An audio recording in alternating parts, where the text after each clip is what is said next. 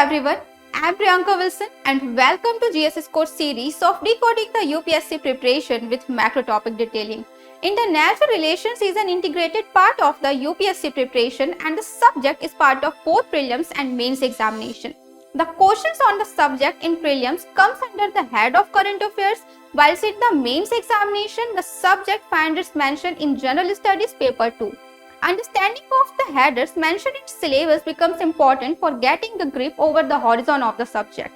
In this series, Viraj sir will help the aspirants get on the insight into the syllabus of international relations, link previous year questions with syllabus to understanding how to study the subject and achieve peak performance in it. So guys, if you like this video, so please like, share and subscribe to our channel and press the bell icon for regular updates. Thank you. Hello friends, this is Viraj and today I will be discussing with you the syllabus of international relations from the point of view of prelims and mains. Now international relations is an important constituent of your studies in both prelims and your mains, though many questions do not appear from international relations in prelims exam directly. For the purpose of this discussion, what we will be doing is we will be looking into the headers in the syllabus of international relations. We will also look into the previous year's questions and try to see what UPSC expects from you and what UPSC wants you to study. And through this, we will answer the questions such as what should be the source of your studies, what should be the focus of your studies, and what type of question should you expect from international relations. Before getting into the syllabus, I want you all to know about what international relations is. In this particular question, the most important word or phrase or term is international. International means amongst.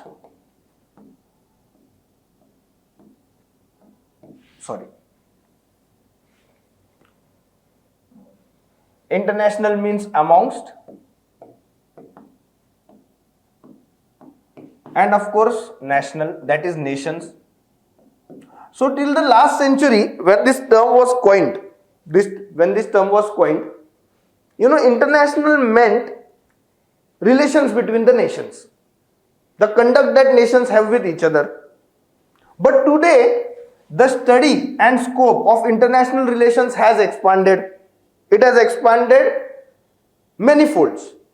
And now what we do is, for the purpose of understanding international relations, we define it as relations between, relations between nations,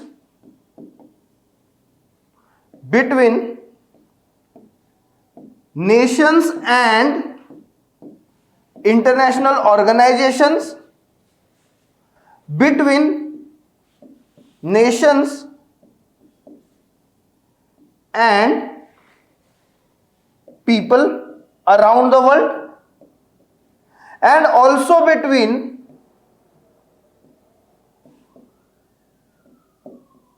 people of different countries, with that relation having consequences on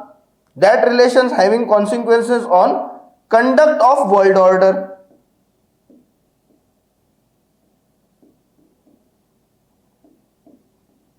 So international relations in today's time, and you will come to know about it when we discuss the syllabus also, international relations in today's time is not affixed to relations between nations. It has moved on.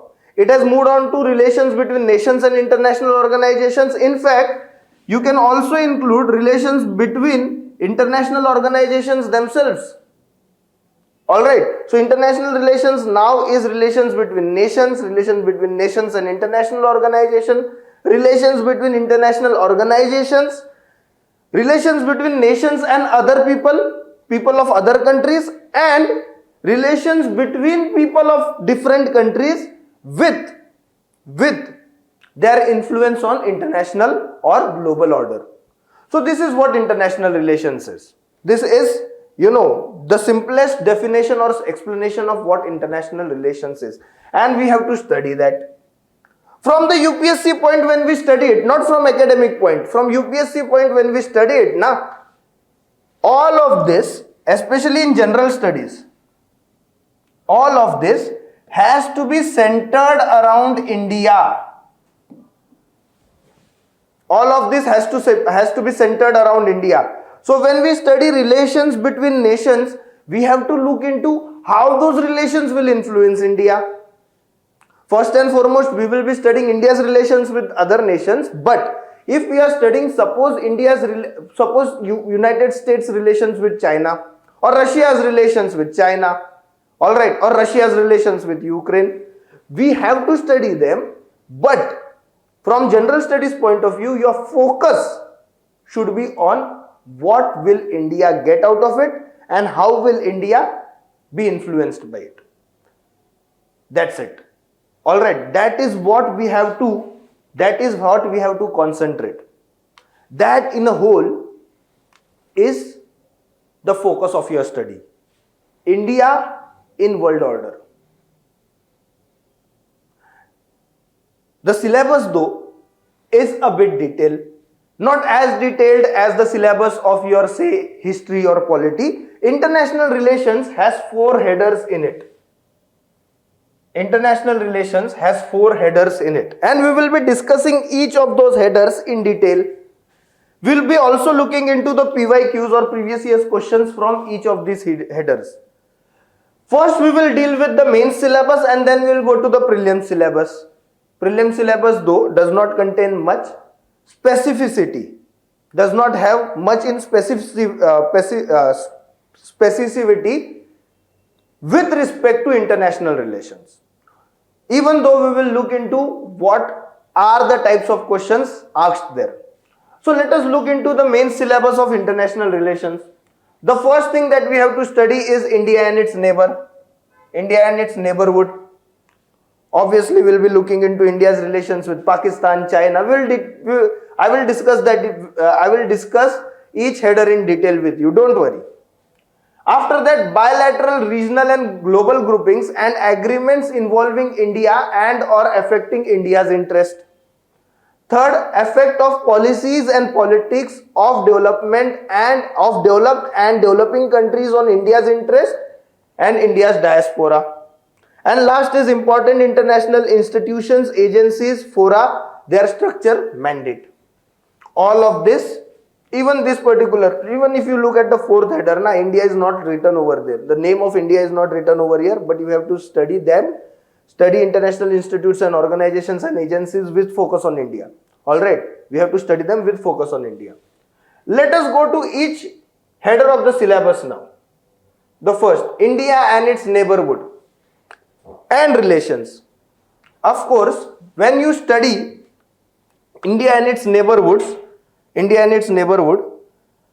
there are countries that you have to focus on, and those countries should have something to deal with India in the current scenario. If I take you to the questions now, which I will do in couple of minutes, what you will see is international relations as a subject in mains is more dynamic than static. So the questions that will be coming with respect to India-Pakistan relations, or you can say India-China relations, will deal with what has happened between India and these countries in the last 1 year. Alright, although you require background, you do require background for knowing the current state of relations, but more focus of the questions is on the current state of affairs. Alright, so if I list down the countries with which, or the countries which you have to focus for the purpose of studying international relations, so then those countries will include India and Pakistan, India and China, India and Afghanistan, actually the whole of SAARC, alright, Bhutan,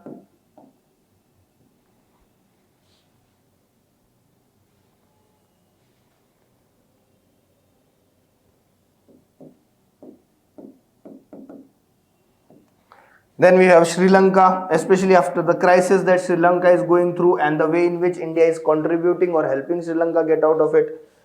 Nepal and Maldives.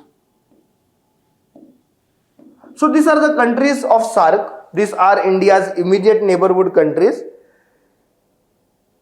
And if we look into the syllabus, India and its neighborhood, now the first impression that we get is the focus on these countries is important, which is, alright, especially Pakistan and China. And as India is getting more dynamic with its policies with respect to its international relations, we see more and more engagement of India with the rest of the countries also. But does it mean that India's neighborhood stops over here? Of course not. Of course not. Because there is something called as external neighborhood also. So apart from these countries, we have to also look into something called as external neighborhood, as I have told you.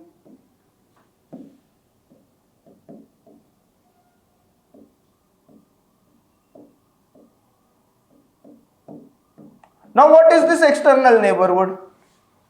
External neighborhood will include India's relations with West Asia. Now this is also an important field of study. Why? Because as India is getting dynamic, its relations with the West Asian countries, especially Saudi Arabia, UAE, Oman, and also Israel for that matter, have expanded in almost all the spheres, be it economy, be it energy, be it, with respect to global concerns like climate change, be it agriculture, alright, be it technology. So India's associations with these countries has expanded far more than what it was before the 1990s. And we have also become more realistic in our foreign policy with respect to this particular part of the world. It is also important to study this part of the world because this is a place where Pakistan traditionally had, a leverage. But in the recent years, if you can say after 1990s, India has made consistent efforts, especially with the policy of extended neighborhood and look west. What we have done is, we have tried to cooperate with the countries of West Asia, traditionally called as Middle East, the countries of West Asia, so as to build an image of India with those countries, and second and more importantly, to have better cooperation with these countries in whatever fields possible, including intelligence and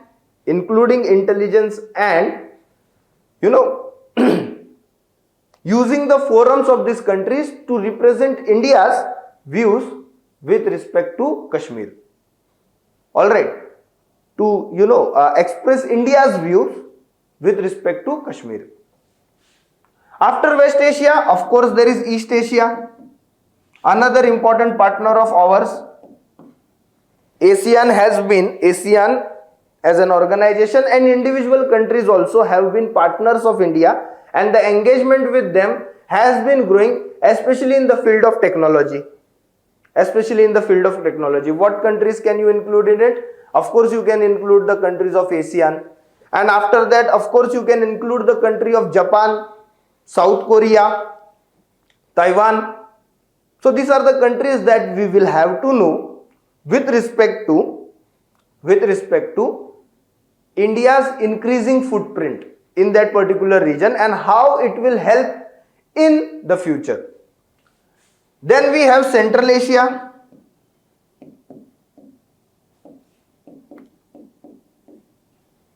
A region that is important for us from the point of view of the recent resurgence of Taliban in Afghanistan. Alright, Central Asia can play a big role in maintaining India's influence over Afghanistan.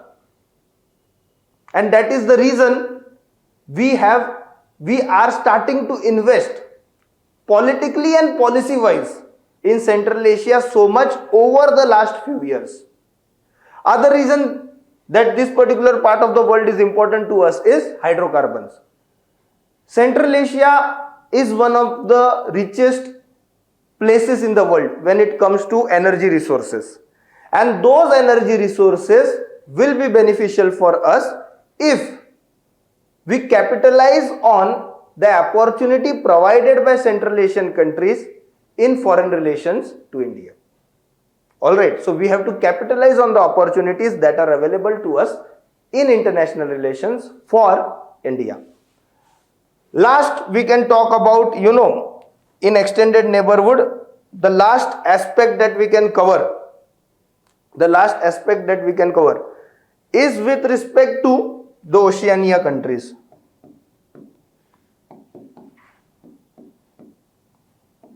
What are the Oceania countries? Oceania countries are the countries which are located in Indo-Pacific, island countries. Most important amongst them are Australia and New Zealand.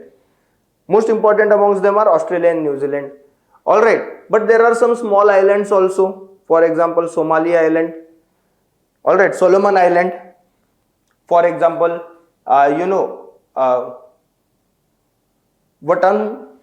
This is a small country located somewhere in the Pacific, not somewhere in the Pacific, it is a small country located in Pacific, Fiji. Alright, these are the countries that also fall, in what we can say is India's external neighborhood, connected through seas, and not from today, from many years. Of course, not Australia and New Zealand, but other countries have been connected to India through sea routes for thousands of years.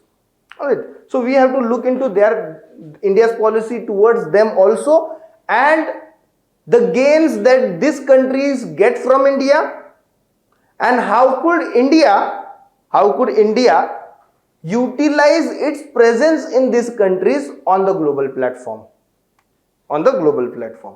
So this is what we look into when we talk about international relations of India in its neighborhood. Does UPSC stop itself from asking questions on India's policies and India's foreign relations with respect to only, does UPSC stop itself from asking questions only with respect to India's neighboring countries or external neighborhood? No. UPSC also will venture into, and will want you to venture into, India's relations with countries which are not in its neighborhoods. For example, Russia, for example, United States. Alright, and we will talk about it. This particular section though focuses only with India's neighborhood. That means, UPSC has provided you with a specific section for the purpose of studying India's neighborhood. So you have to of course focus on it. Alright, you have to of course focus on it. And in this particular section, there are certain important policies that we have to get into. For example, Lookist policy.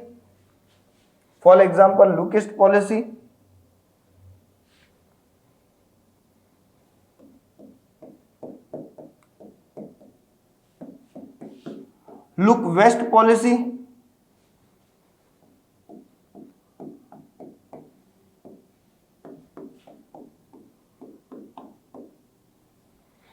Gujarat Doctrine.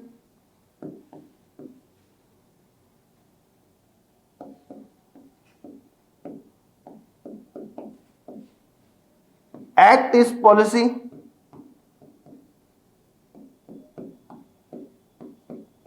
And something that Meenakshi Lekhi, MOS External Affairs, had announced few days back.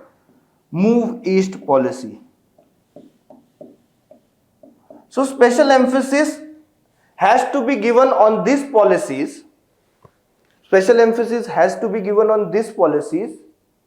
When we study India's neighborhood.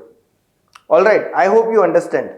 And as we go ahead, we can also see how the domestic issues of these countries influence India's relations, and they have to be taken into consideration while studying the bilateral ties.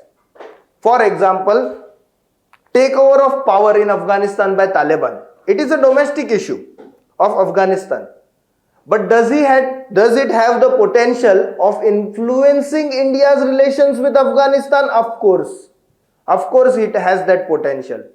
So we have to study that particular event in a country, in India's neighborhood, with the view of how it will affect the bilateral relations. How it will affect the bilateral relations. Alright. So this is what is the ambit of study of the first header. Looking into the second header, or not looking into the second header, looking at the questions that were asked from this particular part. So what do we see? Let us look at these two questions. Terrorist activities and mutual distrust have clouded India-Pakistan relations. To what extent the use of soft power like sports and cultural exchange could help generate goodwill between the two countries? Discuss with suitable example. The second question is, with respect to South China Sea, maritime territorial disputes and rising tension affirm the need for safeguarding maritime security to ensure freedom of navigation and overflight throughout the region. In this context, discuss bilateral issues between India and China. So what do we see here in these two questions? Two distinct patterns. In first, there is a direct question on India-Pakistan relation. Direct question with its emphasis on how terrorist activities are creating an environment of distrust, and if these particular activities continue, then how far sports and cultural exchanges can repair the bilateral relations. How far sports and cultural events improve the bilateral relations. That is what this question is asking. The main core of the question though is India-Pakistan relations and what is happening between India and Pakistan. Alright, what is happening between India and Pakistan? Or we can say what is happening in India influencing India and Pakistan. So terrorist activities, planned in Pakistan, executed in India, and their effects, their overall effects on India-Pakistan relations. This is the core of the question.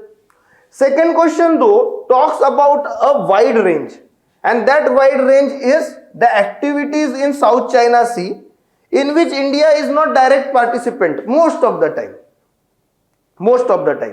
Alright, but India does have an interest in looking into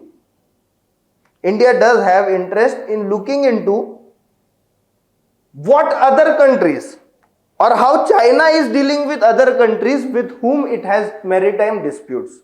South China Sea is important for us also, but in South China Sea, India does not have a territorial claim, and hence in South China Sea, India's relations with China are, maybe not perfect, but they are near normal. We do not see confrontation in South China Sea between India and China. Alright, it may have occurred on one or two occasions, but otherwise we do not see confrontation. So what UPSC has done is, it is talking about a place or an issue which actually does not concern India directly with respect to China, other than freedom of navigation, which India will get even if South China Sea is under jurisdiction of some other country. Alright, so what it is asking is, how will be India-China relations be influenced by what is happening in South China Sea? Will they be influenced? Of course they will be influenced. Alright, of course they will be influenced.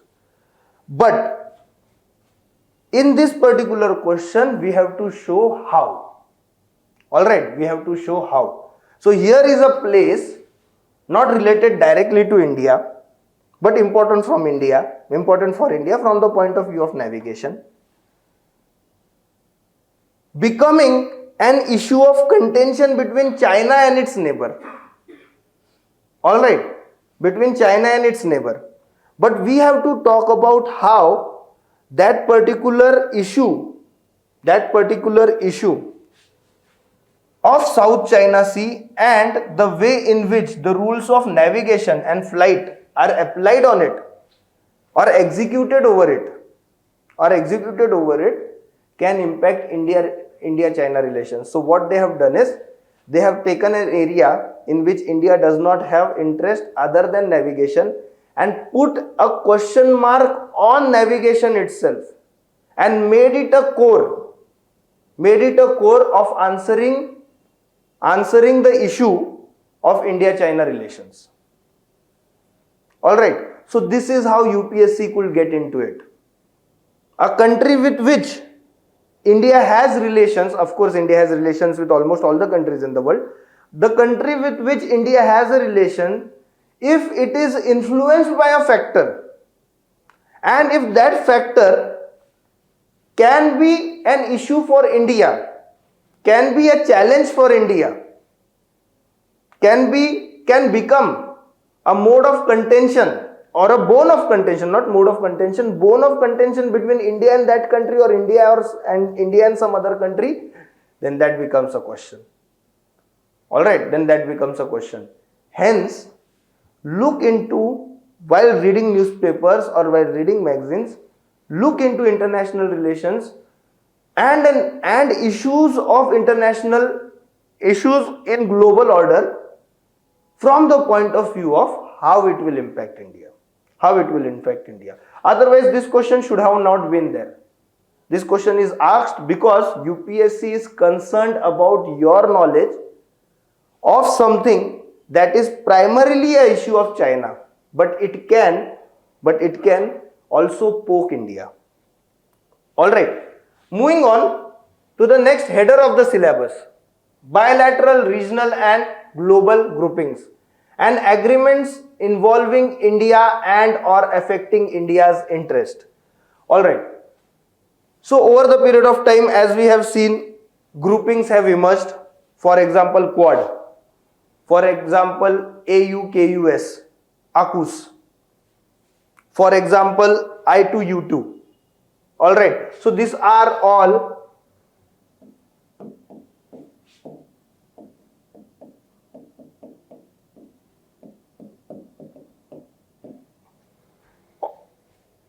the names of the groupings in which India is interested. What we have to look into or what we have to deal with in this particular part is, with the focus on groupings, India's interest in the world order. If India is part of Quad, then why did India join Quad? And what will be the outcome that will be positive for India with respect to Quad? If India has joined AUKUS, or if India has joined I2U2, which is the latest one, alright, latest organization which the summit of which took place 2 weeks back. So why specifically I2U2? What does I2U2 provide to India, and how will India's relations with other members of I2U2 will be influenced because of this organization? That should be the focus of our study. Not just knowing what are the objectives of the organization, who are the members. As I have said you before, India-centric knowledge.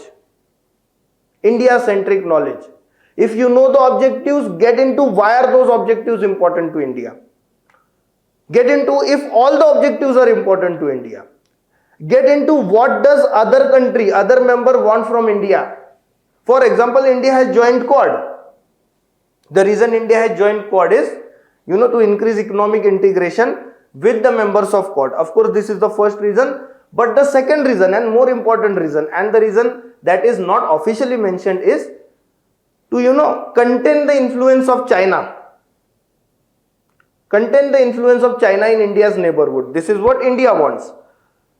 United States is also part of Quad. Australia is also part of Quad. Japan is also part of Quad. We have to also understand what do these countries want from Quad and what do these countries want from India through Quad. Alright, that is what international relations के अंदर We mean by studying of bilateral, regional and global groupings and agreements involving India and affecting India's interest. Then this is what it will ultimately come down to. This is what it will ultimately come down to. India's interest. Alright, India's interest. Moving on, looking into the questions from this particular section. What are the questions? Look, we have already arrived over here. We had already arrived on COD, we had already arrived on ACUS, and these are the questions that UPSC also has been asking. The first question, quadrilateral security dialogue, Quad, is transforming itself into a trade bloc from a military alliance in present times. Discuss. So what do we have to do in this particular question? We have to discuss about Quad. We have to discuss about Quad. We have to discuss about its objective when it was previously established in 2007-2008. Its objective as military alliance and now its objective as trade bloc. Has it completely given up the ambition of becoming a military bloc? India too has said, we are not part of Quad as military bloc. Alright. But has it completely given up the idea of being a military bloc, military alliance? Has it completely changed into a trade bloc? And if so, then what will be its effect on India? That you have to specifically write in the answer. Alright, that you have to specifically write in your answer. And we have to also analyze in this particular question, the position of Quad. The position of Quad vis-a-vis its objectives. As I told you, you have to specifically mention about its military objectives when it was first formed, about its trading objectives right now, and whether it has become completely a military bloc, whether it has completely changed itself from a military bloc to a trading bloc, or it has a balanced inclination, or it has inclination towards one objective more than the other, and its effect on India. That is what we have to study in this particular part. If you look into the second question, then what do we study? The Tri-National Partnership ACUS is aimed at countering China's ambition in Indo-Pacific region. Is it going to supersede the existing partnership in the region? Discuss the strengths and impact of ACUS in present scenario. Alright, what is the core of question? ACUS. The objectives of ACUS in Indo-Pacific region, of course this is where it will be active, and whether this particular grouping will affect the existing groupings, and how this grouping and how effect of this grouping on the existing groupings will affect India. So this grouping we have to study about what in this particular answer we have to look into what this grouping will do, how it will do, its objective. Are these objectives similar to the objectives of the grouping that are already present? If yes, then how this particular partnership or this particular grouping will affect the existing grouping, and what will be the effect of that effect on India. This question is very important because India is not member of ACUS. Alright, India is not the member of ACUS, but India is member of Quad. So this question essentially means if ACUS is in place, what about Quad? Alright, and if the question is what about Quad, then the question essentially is what about India? Okay, so when you are studying ACUS or when you are studying such organization of which India is not member, obviously you have to look into if India is not member of it, then what are the implications? And if India is member of some other organization which has objective similar to this existing organization, then what will be the impact of the new organization on the old organization? Alright, I am repeating again, India-centric study, India-centric focus will be the key to your success in international relations questions. Moving on. Effect of policies and politics of developed and developing countries on India's interest, Indian diaspora. So you must have heard of something called as this. What is it? It is type of visa. It is type of a visa. Alright. Now this is domestic policy of a country. That is United States. You must have also heard, of course you must have heard of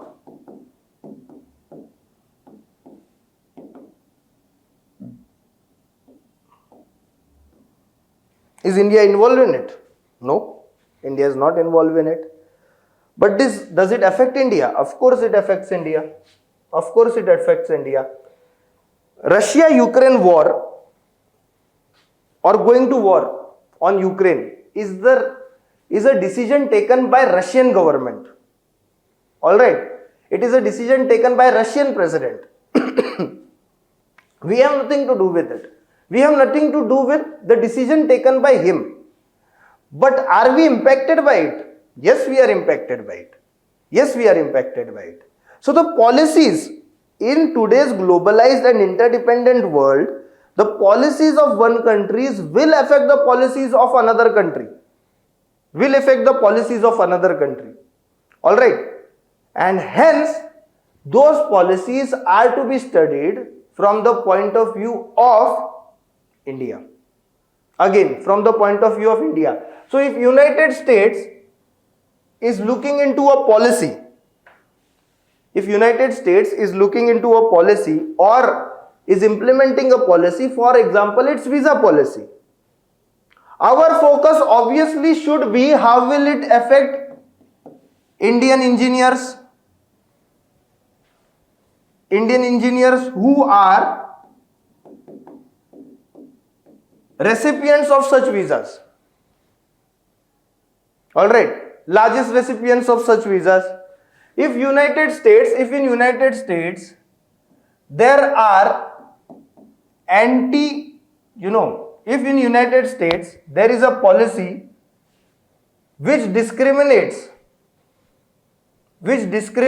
individuals on the basis of race, if such policy is adopted, then of course we have to look into that policy because it will affect Indians settled in United States. And if it will affect Indians settled in United States, it will create a sentiment against United States in India, affecting India-United States relations. Alright, affecting India-United States relations. If in United States, suppose there comes a policy against outsourcing, or there comes a policy, suppose on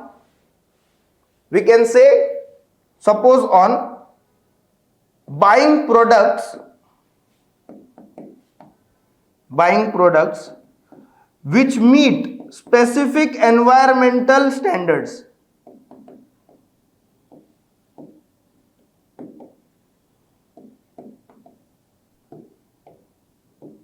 Alright.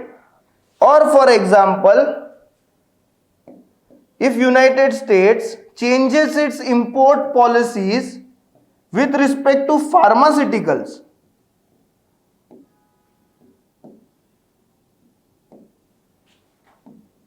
which make Indian pharmaceuticals difficult to be exported to those countries, then it will be part of your studies. Even if it is a domestic policy of some country, even if it is domestic policy of some country, even then it will become part of our study because it affects Because it affects India's interest. Alright, because it affects India's interest. What we have to do in this, other than, what we have to do in this other than looking into the policies of India, looking into the interest of India, is also how Indian diaspora in other countries is affected and gets affected. Alright, is affected and gets affected by or in foreign countries. I will repeat myself.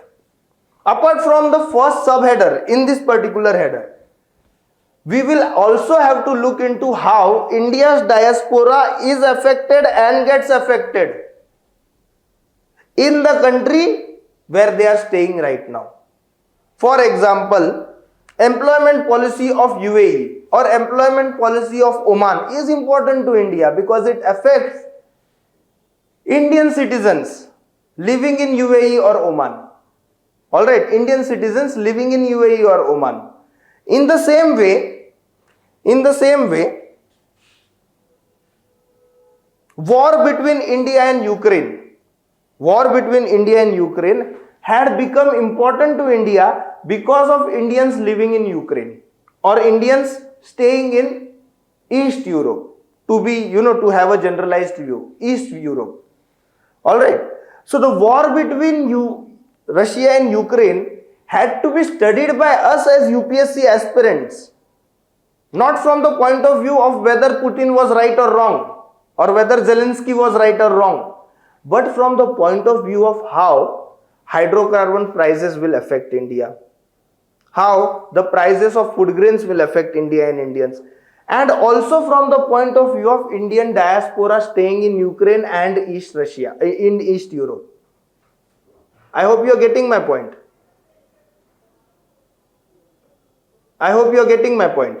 Alright. On the same line, if we look into the questions that are being asked,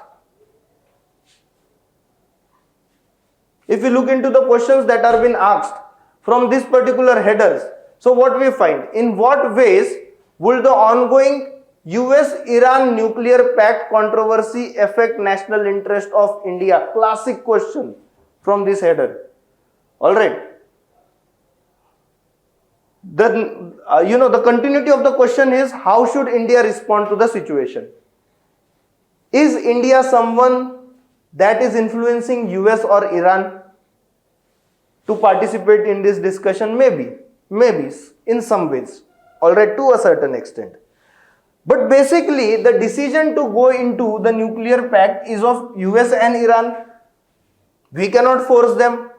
So if they get into a particular pact, obviously, because oil is so important to us, it will affect India. Then UPSC will want you to know, how will it affect India? And UPSC will also want you to answer, how should India respond? So what does it mean? Relations between US and Iran, however important they may be for those countries, for us the study of them is important from the point of view what does India gain or lose from it. Alright, the next question. India's diaspora has a decisive role to play in politics and economy of America and European countries. Discuss. So in this particular question, what we have to do is, we have to basically discuss with respect to how India's diaspora affects, as I told you, affects and gets affected. Both we have to know. How India's diaspora affects the economy and politics of Europe and America. In positive way, in negative way, how does it create the image of India? That also has to be taken into consideration. Alright, how it helps to build relations between India and those countries. That also has to be taken into consideration and written down. And how it helps in India achieving its foreign policy objectives. Moving on to the last header from your mains examination. Important international institutions, agencies fora, their structures and mandates. So you have to study organizations like WTO, World Bank,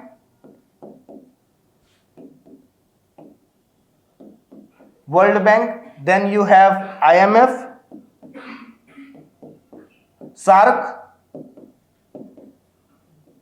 alright, SCO, etc., etc., etc. Most importantly, those organizations which are in news, and which are in news because in some way or the other their decision will impact India. Alright, that should be the focus of your study when you look into international organizations. Their structures. How will their structure influence India? Or how is their structure affecting India? Their mandates, that is their objective, is India in a way affected by their objectives, affects their objectives, and will objectives of India and these international organizations in some way collide with each other.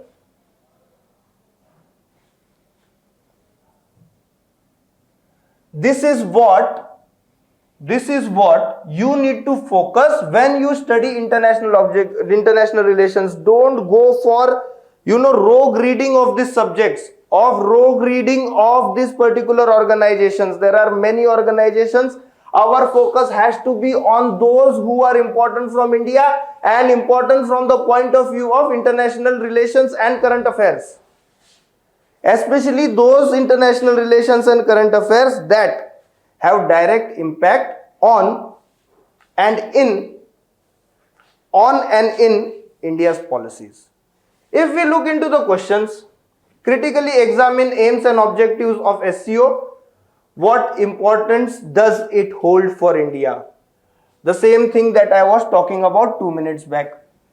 SCO is an international organization. It has been an international organization for many years now. India is now part of it. But as an UPSC aspirant, why is SCO important? It is important because it affects India in some way.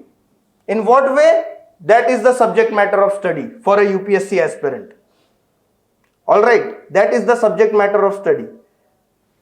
Second question, what are the areas of reform if the WTO has to survive in the present context of trade war, especially keeping in mind the interest of India? आ गया फिर से interest of India.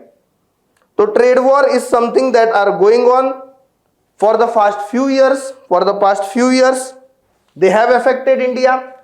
WTO is at the center because it is the facilitator of free trade around the world. It is facilitator of free trade around the world. What we are asked to do is we have to see how the policies of WTO will impact India and how that will impact the policies of WTO will impact trade war and how that will ultimately result in the interest of India. Alright, so what do we see from here? Any international organization that UPSC will be asking, it will be not asking about that international organization alone. The question will be paired with interest of India. Moving on, there are some topics which are not mentioned in the syllabus per se. Alright, there are some topics which are not mentioned in the syllabus per se, but they are important from the point of view of UPSC. Alright, if I could just use this particular slide, I will talk about prelims in a bit, how international relation influences prelims. But there are topics like, objectives of India's foreign policy. Now, this is not mentioned explicitly in your syllabus. But for purpose of studying everything that we have talked till now, we have to know about what are the objectives of India's international relations, India's foreign relations. Other than that, those countries which are not in India's neighborhood also impact India and India is impacted by them. Although they are not mentioned, you have to study India-US relations, India-Russia relations,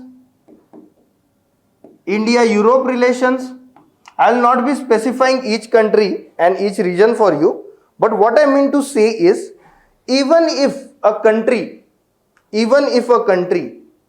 or a region is not specifically mentioned, remember, India's foreign policy is affected if it affects and gets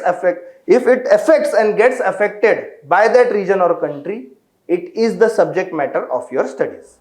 Alright, it is the subject matter of your studies. Now moving on to prelims. How is international relations important from prelims point of view? So international relations is not specifically mentioned in your prelims. It will be covered under the subject of current events. So when you are studying current events, you have to study international relations from the point of view of your MCQs. What are the types of MCQs?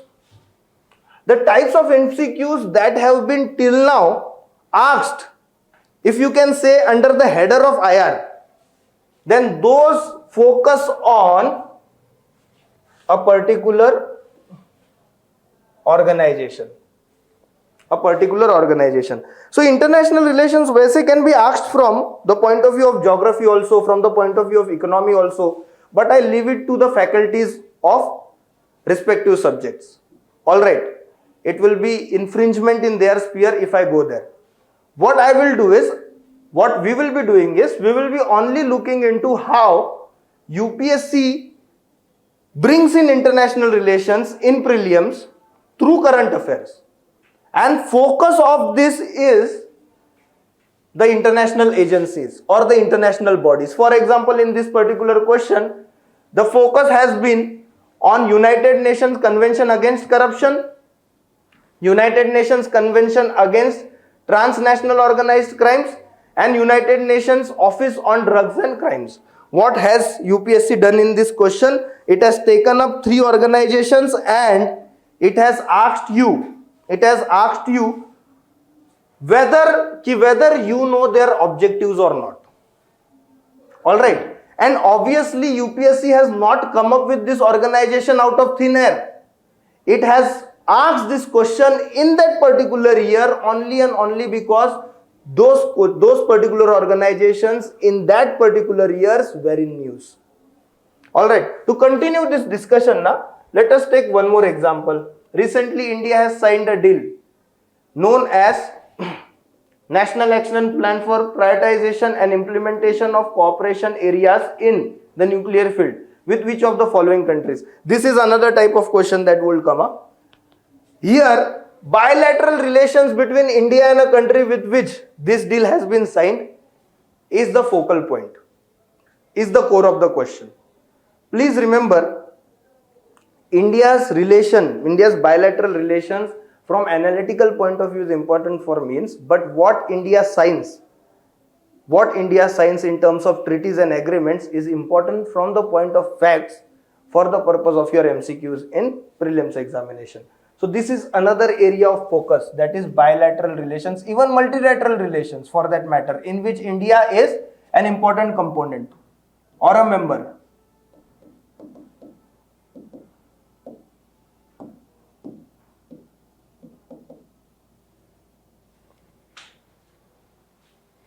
Then we come to an organization again of which India is a member. In which one of the following groups are all the 4 countries members of G20? India is member of G20. They have asked you about G20. Look, with respect to members, now you don't need to by heart. If you are regular reader of the newspapers, over the period of time, you will have grasp over which organization has which all members. You cannot by heart the names of 20 members, that is insane. Alright, that is not required. Either you go to the answer through logic, or you will remember the answer because you over the period of time have been reading about it. Alright, now when it comes to international organizations, now please remember, even the international organizations of which India is not part, but India is impacted by, are something about whom the facts are to be known by you. The facts and the members in that particular organization. For example, ASEAN. India is not a member of ASEAN, but UPSC had once asked question on it. Once asked question on its members. Alright, so with that, I'll take your leave and end this particular discussion. I hope this particular discussion has helped you in decoding the syllabus of IR from general studies point of view. And I hope it will help you in studying and scoring better. Thank you so much for watching this.